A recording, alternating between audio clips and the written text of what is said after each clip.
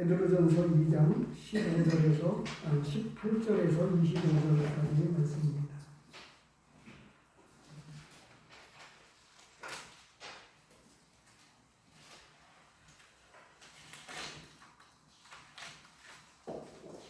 지난 시간에는 성도들의 삶의 지표라고 하는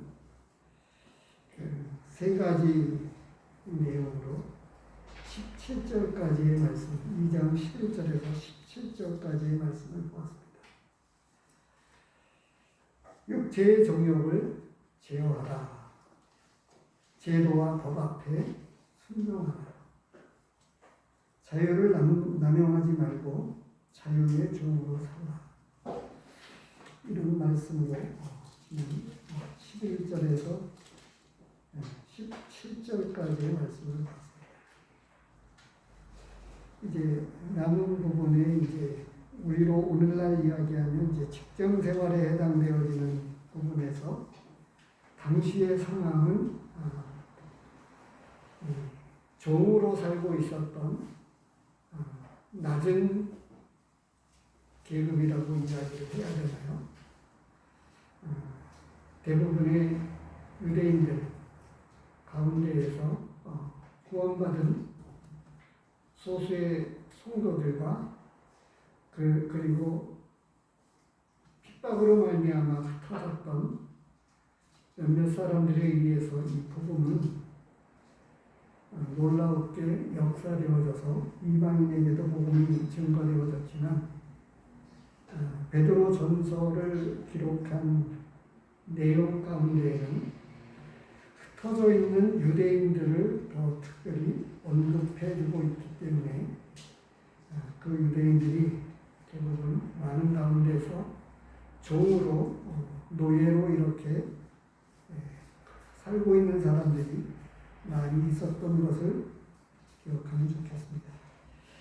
먼저 18절에서 25절 말씀을 같이 읽도록 하겠습니다. 같이 함께 봉독하겠습니다. 시작. 선함과 범사의 두려움으로 주인들에게 순종하되 선하고 관용하는 자들에게만 아니라 또한 까다로운 자들에게도 그리하라. 부당하게 고난을 받아도 하나님을 생각함으로 슬픔을 참으면 이는 아름다우나 죄가 있어 매를 맞고 참으면 무슨 칭찬이 있으리까. 그러나 선을 행함으로 고난을 받고 참으면 이는 하나님 앞에 아름다우니라. 이를 위하여 너희가 부르심을 받았으니 그리스도도 너희를 위하여 고난을 받으사 너희에게 본을 끼쳐 그 자취를 따라오게 하려 하셨느니라. 그는 죄를 범하지 아니하시고 그 입에 거짓도 없으시며 욕을 당하시되 맞대어 욕하지 아니하시고 고난을 당하시되 위협하지 아니하시고 오직 공의로 심판하시는 이에게 부탁하시며 친히 나무에 달려 구멍으로 의제를 감당하셨으니 이는 우리로 죄에 대하여 죽고 의에 대하여 살게 하려 하십니다. 그가 채찍에 맞음으로 너희는 나음을 얻었나니 너희가 전에는 양과 같이 길을 잃었더니 이제는 너희 영혼의 목자와 감독 되신 이에게 돌아왔느니라. 오늘 18절에서 25절까지의 말씀은 오늘날로 이야기하면 직장 생활을 하면서 이 상급자나 또 경영주 윗분들에게 순종하면서 살되 매매히 고난받는 일에 대해서 말씀해 주고 있습니다. 이 지난 11절에서부터 17절 말씀으로 우리가 본문을 보았습니다만 오늘 이 시간에 다시 18절 말씀으로 이루어지는 것입니다. 그런데 그 10절까지는 우리에게 주신 이 큰 구원에 관한 부분에 대해서 주로 언급을 했습니다. 그 내용의 구원에 관한 이 3절 너희가 주의 인자하심을 맛보았으면 이라고 하는 여기에 초점이 맞춰져 있고요. 그 다른 표현으로 구원받은 사람이 하나님 앞에 어떻게 살아가야 될 것이냐 라고 할 때 육체의 정욕을 제어해야 된다. 이런 말씀을 쭉 이어가면서 바로 이제 앞에 나왔던 부분이 뭐냐면 인간의 모든 제도를 주를 위하여 순종하되 혹은 위에 있는 왕이나 혹은 그가 악행하는 자를 징벌하고 선행하는 자를 포상하기 위하여 보낸 총독에게 하라 라고 이렇게 말씀해 주고 있습니다. 당시에 나라를 다스리고 있었던 유대민족을 다스리고 있었던 이 총독에게 순종해야 된다. 이렇게 말씀을 하시면서 이제 17절에서 끝나고 이제 오늘 본문 18절에서 이어지는 말씀입니다. 다른 사람 밑에서 살아가고 있는 성도들에게 주제는 주제라고 이렇게 볼 수 있습니다만 고난에 대한 이야기의 내용이 중심을 이루고 있습니다. 그런데 중심을 이루고 있지만 고난이라고 하는 주제에 관해서 고난이라고 하는 이 초점에 대해서 오늘 본문은 우리에게 어떻게 말씀해 주고 있느냐가 더 중요합니다. 저는 이제 시작하면서 그 찬송을 부르면서 제가 고난이라고 하는 내용의 의미를 생각해 보면서 몇 찬송을 골라보았습니다. 그러면서 이제 조금 전에 말씀을 드렸죠. 살아가면서 겪는 어렵다고 하는, 힘들다고 하는 그 부분이 우리 믿음의 신앙과 관련해서 고난과 관계가 있느냐 라고 하는 질문을 드렸습니다.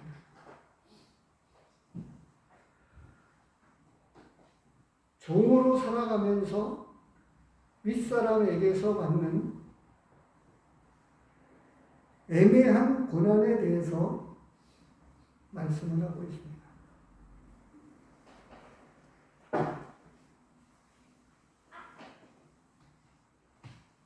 오늘을 살아가면서도 그 아주 청결한 양심을 가지고 살아가는 믿음의 성도들과 또 구원받지는 않았지만 하나님을 믿고 있지는 않지만 양심적으로 살아가는 많은 사람들이 있습니다.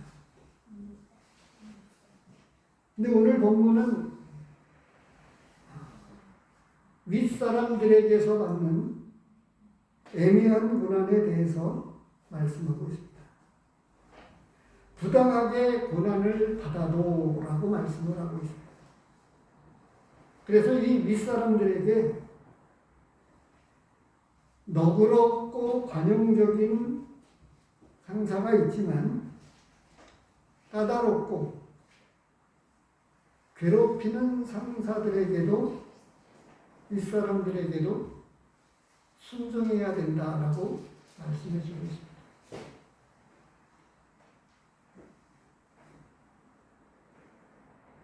우리는 보이지 않는 가운데서 법이라고 하는 이 권위가 우리를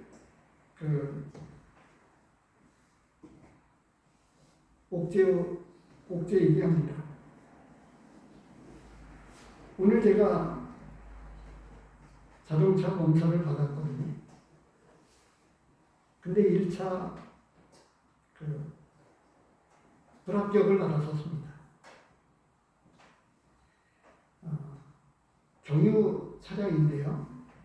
디젤 엔진을 가진 이 경유 차량인데 매연이 25%까지만 법으로 허용이 되고 있습니다. 근데 25%가 넘어가는 매연이 나오면 다른 거가 있어도 매연에 대해서만큼은 요즘 환경 규제가 심하기 때문에 불합격을 받게 됩니다. 그래서 고쳐오든지 손을 봐와가지고 그 법에서 허용하고 있는 적당한 매연이 나와야 합니다. 실질적인 것들을 제가 가지고 지금 말씀을 드리는 거예요. 아주 오래전에 지금은 아마도 경범죄가 잘 안 걸리죠. 침을 뱉거나 껌을 버리거나 이런 일에도 어찌됐든 경범죄라고 하는 법으로 벌금을 받기도 합니다. 제가 이런 살아가면서 앞에 나오고 있는 인간의 모든 제도를 통해서 그 나라의 법과 이런 모든 것들을 법을 다른 표현으로 권위라고 하는 차원으로 제가 표현을 하고 싶은 겁니다. 총독도 마찬가지고요. 근데 이 총독에 관해서 이야기할 때 14절에서 뭐라고 이야기하고 있냐면 혹은 그가 악행하는 자를 징벌하고 선행하는 자를 보상하기 위하여 보낸 총독에게 하라. 그런데 오늘날 보면 큰 도둑은 대충 눈 감아주고요. 작은 도둑은 벌을 크게 받는 경향입니다.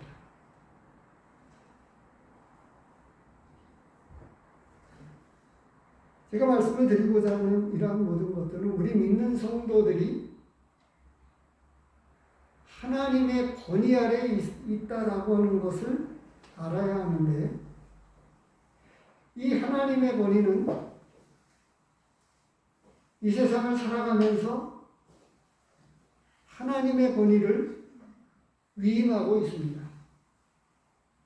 직접적으로 하나님의 권위를 행사하지 않으시고 나라에서는 대통령을 비롯한 이 법이라고 하는 제도를 통해서 우리에게 영향을 주고 있고요. 교회와 가정에서는 교회 인도자들에게, 가정에서는 부모들에게. 그런데 이 세상을 살아가는 성도들이 이 하나님의 권위를 조금 제가 생각할 때 그렇습니다. 성도님들이 한번 생각해 보십시오.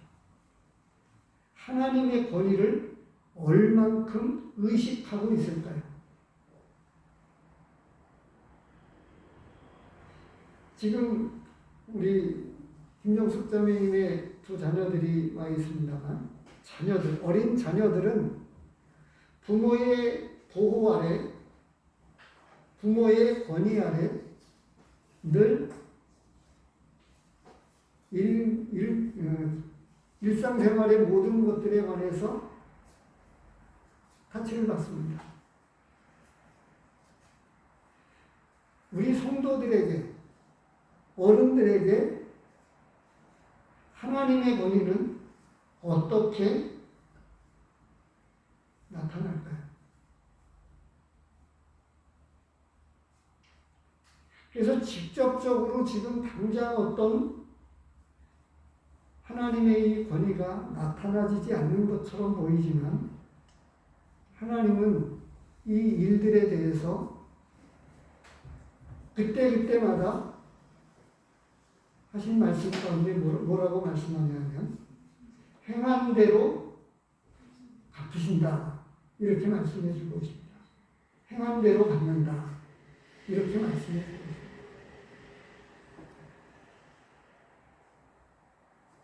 앞선 시간에도 요셉이라든가 다윗에 관한 이야기를 종종 언급을 했었는데요. 다윗 같은 경우에 그가 하나님 앞에 죄를 범함으로 말미암아 혹독한 대가를 치러야만 했습니다.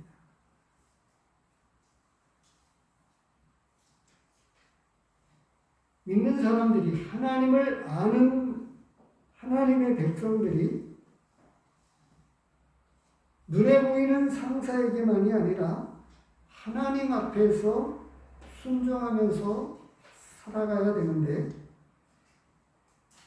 이 주인들에게 순종해야 되는 이유가 있는데, 그것은 하나님께서 하나님을 대신해서 세워주셨다고 하는 것입니다.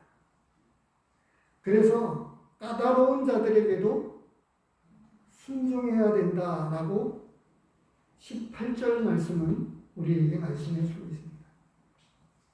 그래서 부당하게 받는 이 고난에 관해서 이 19절에서부터 애매한 고난에 관해서 25절까지 말씀해 주고 있는 거예요.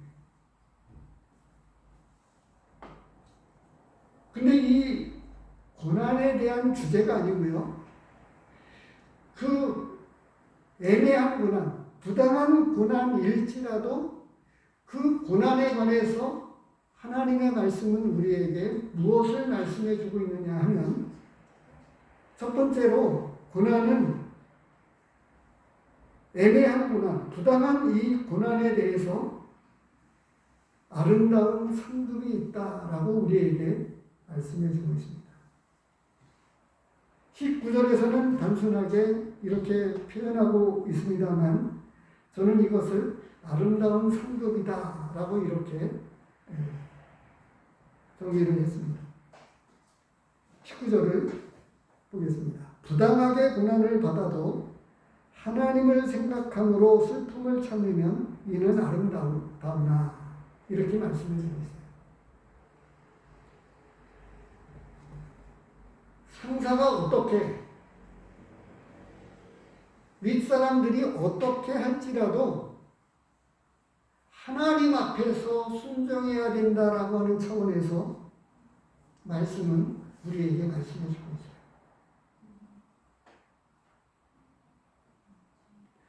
우리 믿는 성도들이 그렇다고 하는 거예요. 살아가면서 우리가 행동하는 이 모든 것들에 대해서 먹든지 마시든지 무엇을 하든지 하나님의 영광을 위하여 하라라고 말씀을 우리에게 하고 있습니다. 그래서 먹어도 주를 위하여 먹고 굶어도 주를 위하여 굶는 것입니다. 그런데 주인에게, 상사에게 순종하는 그 이유, 부당하게, 억울하게 어떤 일들을 당하게 되지만, 그럴지라도 하나님을 생각함으로 이 고난을 믿음으로 승화시켜서 받아야 된다라고 우리에게 말씀해 주고 있습니다. 이사야서 이 몇몇 구절들을 살펴보겠습니다만, 그런 구절들보다 더 중요하게 생각해야 되는 것은, 이런 억울한 고난, 애매히 받는 이런 고난에 대해서 하나님의 말씀이 지금 이 베드로 사도를 통해서 이 흩어져 있는 여러 이 믿음의 성도들에게 주신 말씀을, 이 말씀을 큰 주제를 가지고 그냥 말씀하는 것이 아니라, 그 애매한 고난, 억울한 그 고난이지만 그걸 믿음으로 받아야 된다라고 하는 차원에서 이 고난에 대한 측면을 말씀해 주고 있다고 하는 그 초점을 잃어버리지 않으면 좋겠습니다. 이사야서 51장 22절에 보면, 내 주 여호와 그의 백성의 억울함을 풀어주시는 내 하나님이 이같이 말씀하시되, 이렇게 말씀해 주십니다. 하나님은 우리의 억울함을 풀어주신다. 이렇게 말씀해 주고 있어요. 하나님이 어떤 분이시냐? 우리의 억울함을 풀어주시는 하나님이시다. 같은 말씀을 시편 72편에서도 말씀해 주고 있어요. 저는 주제를 가지고 말씀을 드리지 않습니다. 근데 이런 말씀을 하게 되는 배경이 더 중요하다고 하는 차원에서 제가 본문을 강의하면서 말씀을 드리고 있는 것입니다. 그런데 이와 유사한 일들에 관해서 구약 성경과 다른 성경에서 이 고난에 대해서 말씀해 주고 있는 것들이 또 나름대로의 의미가 있어서 이렇게 찾아봤으면 좋겠다고 하는 것입니다. 시편 72편에서도 우리의 억울함을 풀어주신다. 이 하나님의 백성들의 이 억울함을 풀어주시는 하나님이시다. 우리에게 이렇게 말씀해 주고 있습니다. 72편 4절에 보면 그가 가난한 백성의 억울함을 풀어주며 궁핍한 자의 자손을 구원하며 압박하는 자를 꺾으시로다.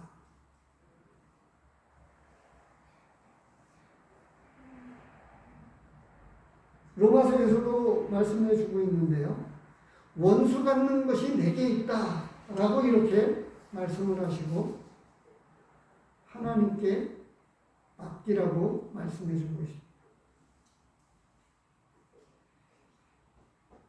이 고난에 관한 특별한 고난을 받았던 사람이 있다면 아마도 구약 성경에 나오는 욥이겠지요.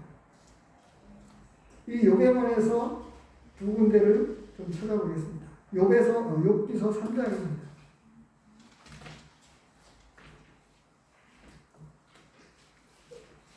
욥은 그 고난을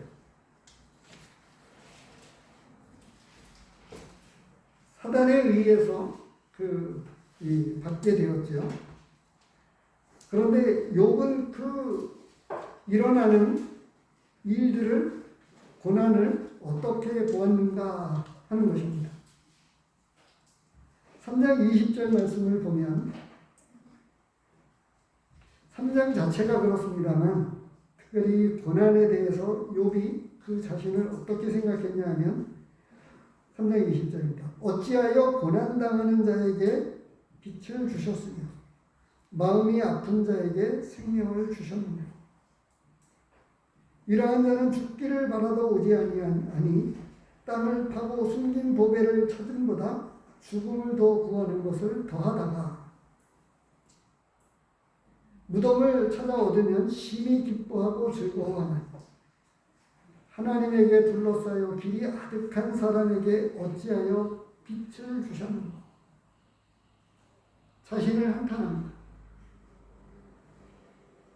가지고 있던 재산들, 양과 소와 이런 모든 것들이 갑자기 어느 한 날 하루아침에 죽고 자식들도 죽고 저도 욕하고 그리고 나가버리고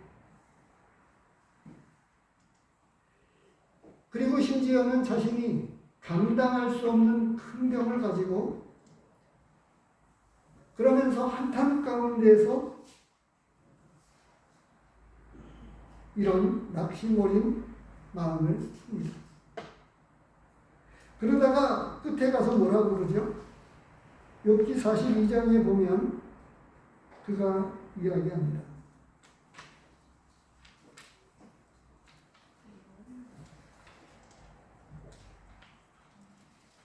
42장 5절입니다.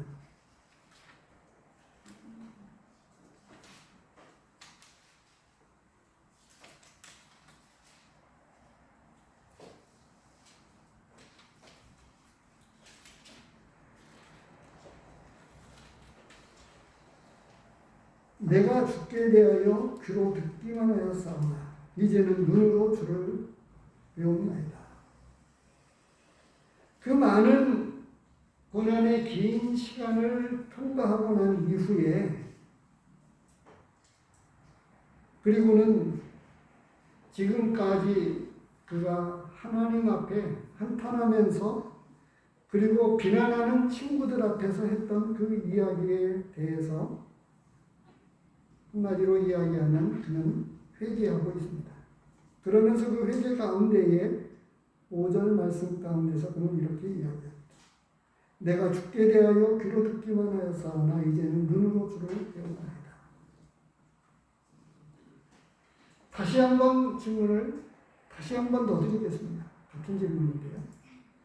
우리가 살아가면서 겪고 있는 그 어려움들이, 힘든 일들이 고난이라고 이야기할 수 있나요? 그리고 그 힘든 일들이 믿음의 신앙과 연관이 되어 있습니까? 본문으로 돌아와서 보면 이 애매한 고난에 대해서 하나님을 생각함으로 참으면 아름답다 이렇게 말씀을 해주시는데 그 넘어가면 이 내용이 베드로 전서에서는 이 고난에 대한 이야기를 참 많이 하고 있습니다. 3장 14절에 보면 그러나 의를 위하여 고난을 받으면 복이 있는 자니 그들이 두려워하는 것을 두려워하지 말며 근심하지 말고 라고 이렇게 말씀을 하고 있습니다. 우리는 지금 주일에 마태복음 말씀을 보고 있는데요. 마태복음에서도 이 8복에 관한 이 8번째 복에 관해서 말씀하면서 뭐라고 말씀을 하냐면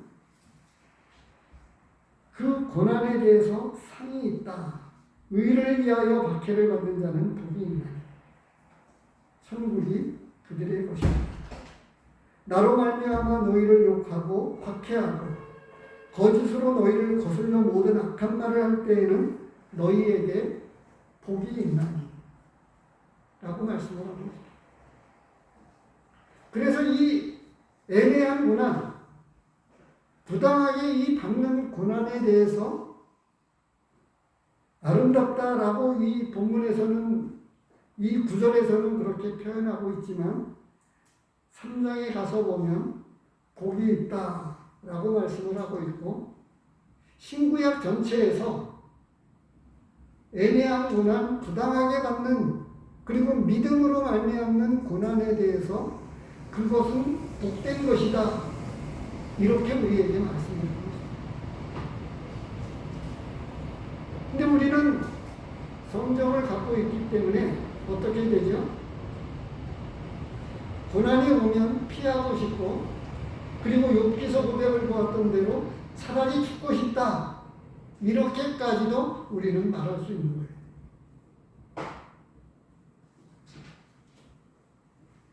그런데 우리가 믿음의 눈으로 보면 이런 고난이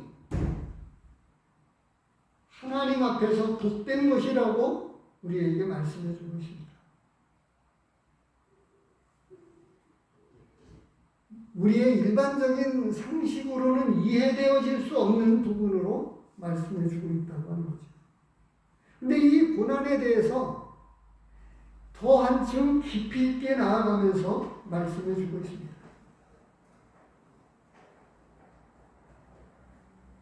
이 고난은 우리 믿는 성도들에게 당연하게 있는 것이라고 말씀해 주고 있어요. 빌립보서 말씀을 보겠습니다.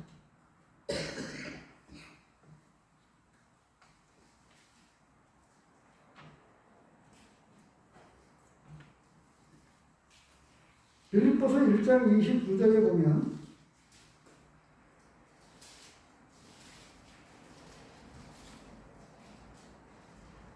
같이 읽겠습니다. 한 목소리로 1장 29절 시작. 그리스도를 위하여 너희에게 은혜를 주신 것은 다만 그를 믿을 뿐 아니라 또한 그를 위하여 고난도 받게 하려 하십니다. 하나님께서 하나님의 큰 은혜를 주신 것 가운데에는 고난도 받게 하려 하십니다. 이렇게 말씀해 주고 있습니다. 조금 전에 욥기서 말씀을 보았고 또 시편에서나 여러 곳에서 말씀하고 있는 것은 무엇이죠? 고난받는 것이 내게 유익이라. 이런 고백이 가능하게 되는 것은 고난 그 이후에 많은 것들을 깨닫게 되고 연단을 받으면서 우리가 하나님을 더 깊이 알게 되고 우리가 성숙해진다고 하는 것입니다. 고난을 당하는 사람들이 성숙해진다고 하는 거죠. 아이들이 병에 걸릴 때마다 어른들이 하셨던 말씀이 있습니다. 아프면서 큰다. 이렇게 말씀을 하셨었는데요. 맞습니다. 우리가 이 고난을 통해서 연단되어지고 성숙해져 간다고 하는 거예요. 그렇지 않으면 우리는 하나님 앞에서 이 구원의 은혜를 제대로 알지 못하는 채로 방종하면서 잘못 살기 때문에 하나님은 이 세상 가운데 처해 있는 이 어둠의 영들이 악한 영이 그리고 믿지 않는 사람들이 우리를 가만히 두지 않습니다. 하나님은 직접적으로 우리를 그렇게 하시는 게 아니라 그들을 허용하면서 우리를 연단시켜 가고 있습니다. 그래서 말씀하고 있습니다. 죄가 있어 매를 맞고 참으면 무슨 칭찬이 있으리요. 그러나 선을 행함으로 고난을 받고 참으면 이는 하나님 앞에 아름답다. 아름답다는 이야기를 19절에서 하고 20절에서도 하고 있습니다. 그냥 아름다운 게 아닙니다. 하나님이 기뻐하신다고 하는 거예요.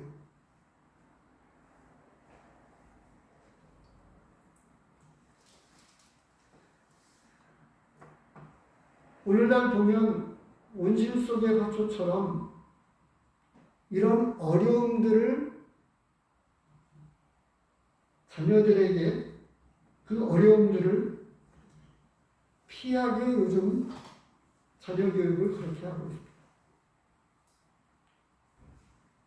그런데 감기에 걸리면서 조그마한 병일지라도요, 저항력이 생기고 그것을 이겨낼 수 있는 여러 가지 연단을 받아가면서 아이들은 더 건강하게 자랄 수 있어요. 독수리에 관해서 이야기를 하죠. 일부러 떨어뜨려서. 그래서 힘찬 날개짓을 통해서 이 독수리가 독수리답게 되어지도록. 훌륭한 부모는 그 자녀들을 온실 속의 화초에서 키우는 게 아니라 여러 많은 역경을 통해서 스스로 자립하고 이겨낼 수 있는 힘을 키워나가는 교육으로 자녀들을 교육하고 있습니다. 오늘 본문은 이 청년들에게 순종해야 되는데 하나님 앞에서 순종해야 되는 것을 이 애매한 고난, 억울한 고난을 받는 그 가운데서 일지라도 순종해야 된다고 말씀을 하고 있습니다.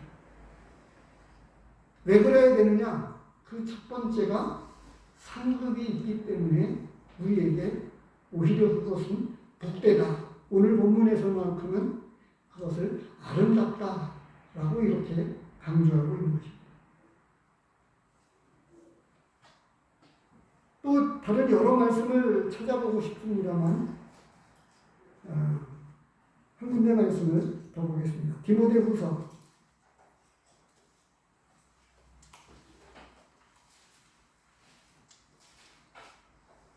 1장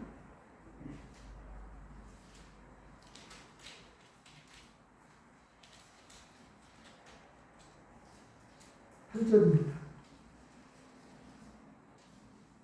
1장 8절을 같이 읽겠습니다. 8절과 12절을 같이 읽겠는데 우선 8절을 같이 읽겠습니다. 시작. 그러므로 너는 내가 우리 주를 증언함과 또는 주를 위하여 가치자 된 나를 부끄러워하지 말고 오직 하나님의 능력을 따라 복음과 함께 고난을 받으라. 복음과 함께 고난을 받으라라고 말씀을 하고 있습니다. 능동태입니다. 수동적인 것이 아닙니다. 밖에서 이렇게 우리를 핍박해오는 그 고난이 아니고 그 고난을 자처해서 받으라고 말씀하고 있습니다. 12절도 같이 읽겠습니다. 12절 시작. 이로 말미암아 내가 또 이 고난을 받되 부끄러워하지 아니하니 내가 믿는 자를 내가 알고 또한 내가 의탁한 것을 그날까지 그가 능히 지키실 줄을 확신합니다. 이 고난을 부끄러워하지 않는데 하나님이 지켜주실 것을 알기 때문이다 라고 말씀을 하고 있습니다. 고난 이후에 우리를 연단하시고 그리고 상급으로 갚아주실 하나님으로 인해서 오히려 담대할 수 있습니다. 그래서 고난을 받으라고 우리에게 말씀하고 있습니다.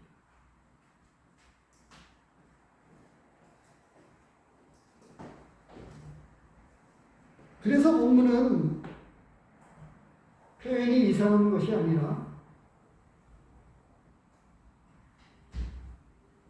주인들에게, 상급자에게, 윗사람에게 하나님을 생각함으로 순종해야 된다.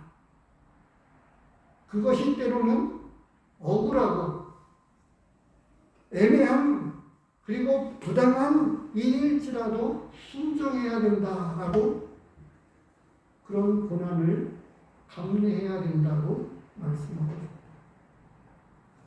두 번째로 우리에게 주시는 말씀이 고난은 예수 그리스도를 따르는 제자의 길이다라고 말씀을 하고 있습니다. 제가 21절을 조금 이렇게 표현을 한 것입니다. 21절 말씀은 이렇게 이야기하고 있죠. 너희에게 본을 끼쳐 그 자취를 따라오게 하려 하셨느니라. 이렇게 말씀해 주고 있습니다.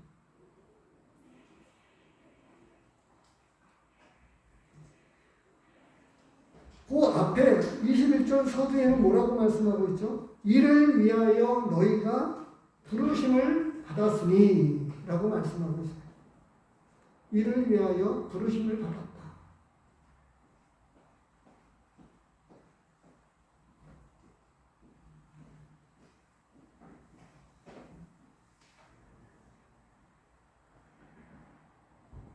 말씀을 조금 더 찾아보겠습니다. 로마서 8장입니다.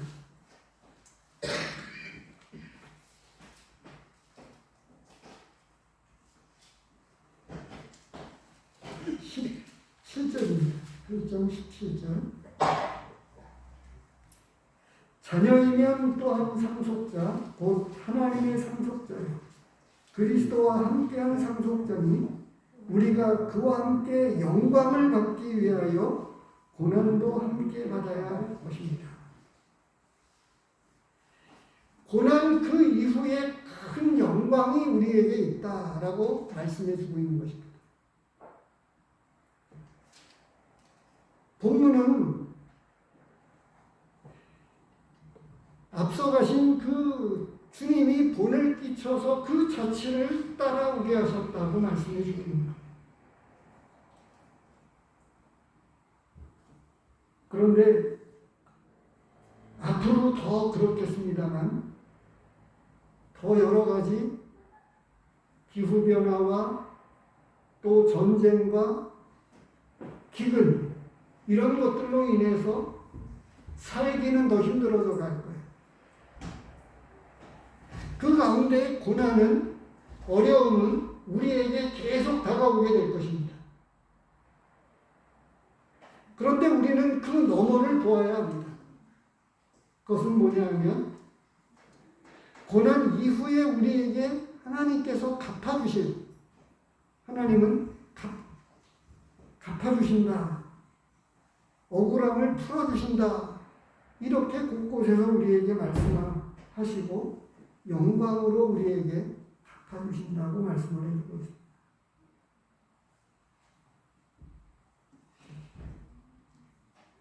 야고보서 5장 말씀을 보도록 하겠습니다.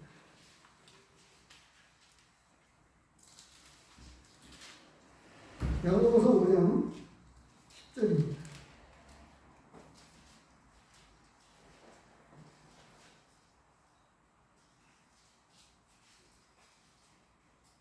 같이 읽겠습니다. 시작. 형제들아, 주의 이름으로 말한 선지자들을 고난과 오래 참음의 본으로 삼으라. 주의 이름으로 말한 선지자들의 고난과 오래 참음의 본으로 삼으라. 우리에게는 지금 이 베드로전서 말씀이 더 강력한 것입니다. 예수님이 앞서가셨고 그 고난을 받으셔서 그 자취를, 예수님의 자취를 따라오게 하셨다라고 이렇게 우리에게 말씀해 주셨습니다.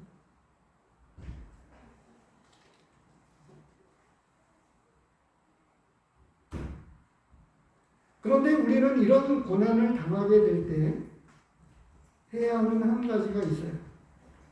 그것은 조금 전에 보았던 야고보서 5장 10절을 보았는데 13절 말씀에 보니까 이렇게 되어 있습니다. 너희 중에 고난당하는 자가 있느냐? 그는 기도할 것이요. 라고 말씀하고 있습니다. 그렇죠? 어려움에 처하면 기도하지 않을 수가 없는 거예요. 우리를 무릎 꿇게 만드는 그것은 고난의 현장에서는 기도할 수밖에 없는데 말씀은 당연하게 우리에게 고난당하는 자가 있느냐? 그는 기도할 것이요. 라고 우리에게 말씀을 주고 있습니다. 그래서 이 고난은 부르심이라고 우리에게 말씀해 주고 있습니다. 이를 위하여 너희가 부르심을 받았다라고 말씀을 해주고 있는 거예요.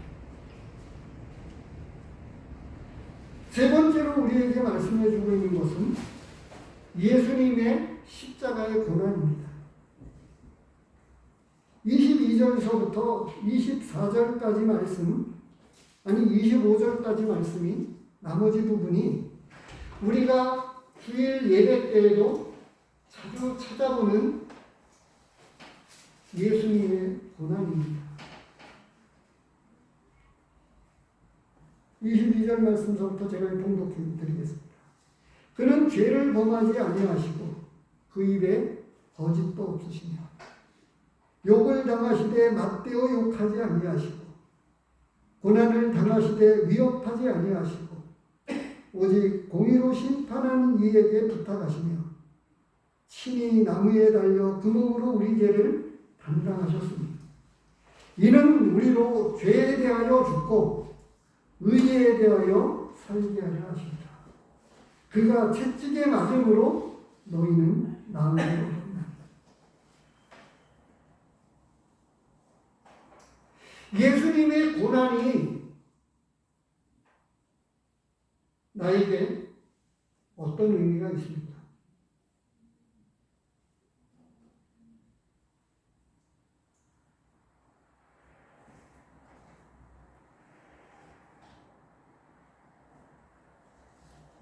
우리는 매주일마다 예수님의 고난을 묵상하고 깊이 생각합니다. 그런데 실상은 고난을 우리가 어떻게 생각하고 있냐 하면 거칠에 불과하다고 이렇게 말씀을 드리면 지나칠까요? 매주일 만찬상 앞에서 주님의 고난을 묵상하고 바라보면서 깊이 생각하는데 실상은 고난을 회피하고 깊이 생각하지 않는 것처럼 보입니다.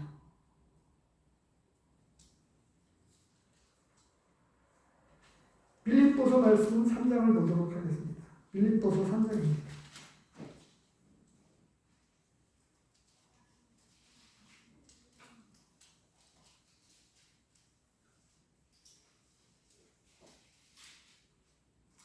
삼장 10절에 보면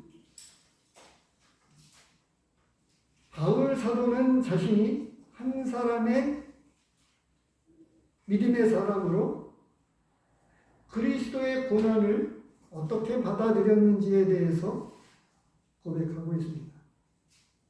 내가 그리스도와 그 부활의 권능과 그 고난에 참여함을 알고자 하여 그의 죽으심을 본받아 라고 이렇게 고백을 하고 있습니다.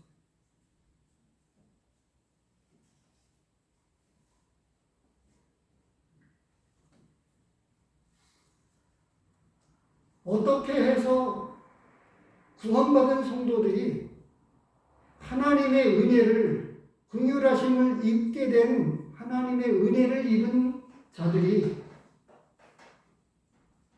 어떻게 해서 말씀을 따라가지 아니하고 말씀에 순종하지 아니하고 말씀을 외면하고 세상에 취해서 살고 세상 한 발, 교회 한 발. 어떻게 그렇게 살 수 있죠?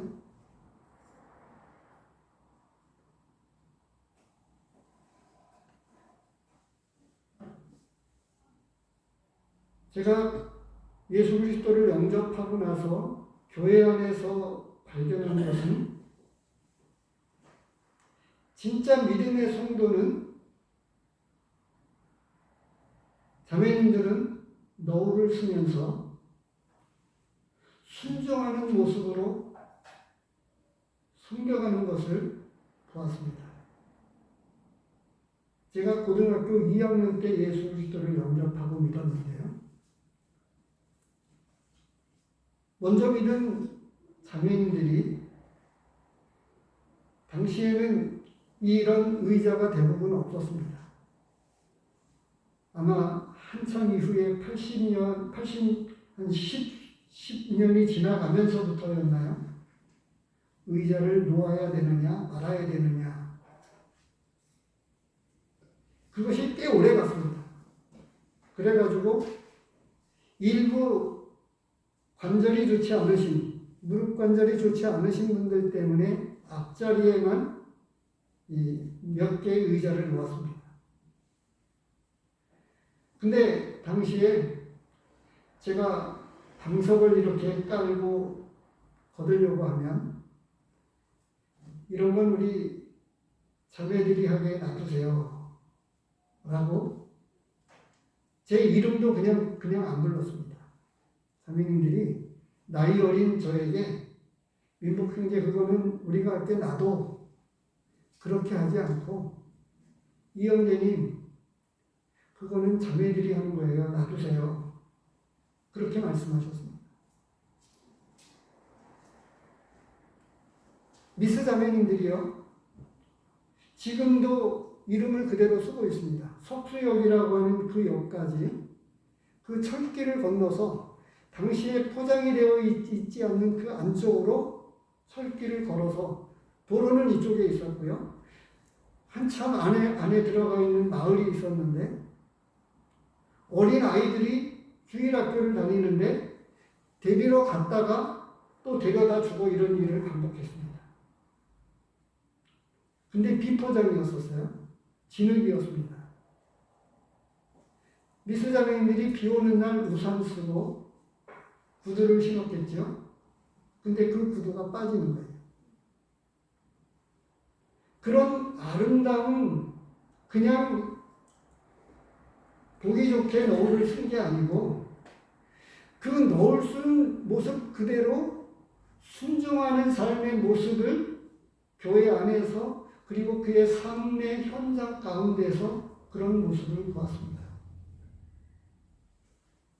형제님들은요, 하나같이 바른 자세로 무릎을 꿇고 예배 가운데 다 동참하면서 자신의 믿음의 신앙의 간증과 고백을 하나님 앞에 찬송으로 드리고 그리고 먼저 나오시고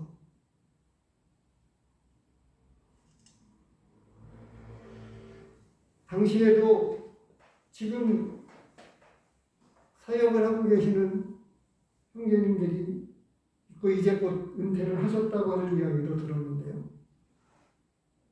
3교대 근무를 했습니다. 그런데 그 형제님이 아침 새벽에 퇴근을 하고 나오시고 일을 했죠. 아침에 와서 자야 되는데 자지 않고 교회로 와서 주일학교를 하신 거예요. 예배를 드리고 말씀을 듣고 애찬을 다 나누시고 그리고 나서 돌아가서 주무셨습니다. 매주, 그러니까 주일학교 일을 그냥 맡은 것이 아니라 3교대를 해가면서 잠을 못 자가면서 얼마나 힘든지 아시죠? 일주일 단위로 그게 바뀌어가는데도 할 수 있는 대로 최선을 다해서 그렇게 주님을 섬기셨습니다. 근데 오늘날 얼마나 이 말씀에 있는 이런 내용과는 상관없이 고난은 둘째치고라도 하나님의 은혜를 진정으로 안다고 하면 오늘 본문이 단순하게 고난을 이야기하고 있는 것이 아닙니다. 처음에 시작하면서도 언급을 했습니다만 3절, 2장 3절에 너희가 주의 인자하심을 맛보았으면 그리고 너희는 택하신 족속이요 왕같은 제사장들이요 거룩한 나라요 그의 소유된 백성이니 우리가 받은 이 놀라운 신분과 직분 이런 것들을 생각하게 될 때에 주님을 섬기는 데 있어서 말씀을 듣는 일에 있어서 소홀히 할 수가 없는 거예요. 고난도 그런 의미에서 지금 말씀하고 있습니다. 고난은 성도에게 있는 아름다운 상급인 것을 반복해서 강조하기 위해서 아름답다, 아름답다라고 말씀을 하고 있고요. 두 번째로는 그리스도의 자취를 따라오도록 본을 우리에게 보여주셨다라고 말씀을 하고 있습니다. 그러면서 사도 베드로는 예수님의 고난에 관해서 심도 있게 깊이 있게 언급을 하고 있어요.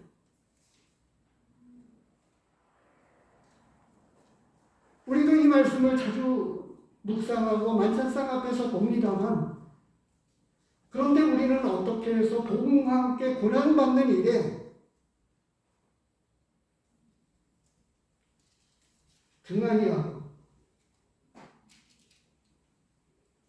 십자가 앞에서 매주 만찬상 앞에서는 주님의 고난을 묵상하고 바라보지만 실상은 우리의 남아있는 실제적인 우리의 모습 가운데에는 주님을 따라가고 주님을 배우고 지금 이 21절에서 말씀하고 있는 너희를 위하여 고난을 받으사 너희에게 본을 끼쳐 그 자취를 따라오게 하려 하셨느니라 라고 이렇게 말씀하셨는데 우리는 형식적으로만 신앙생활을 하고 있는 것이 아닌가 하는 생각이 들게 됩니다. 십자가의 그 예수님이 받으신 그 고난이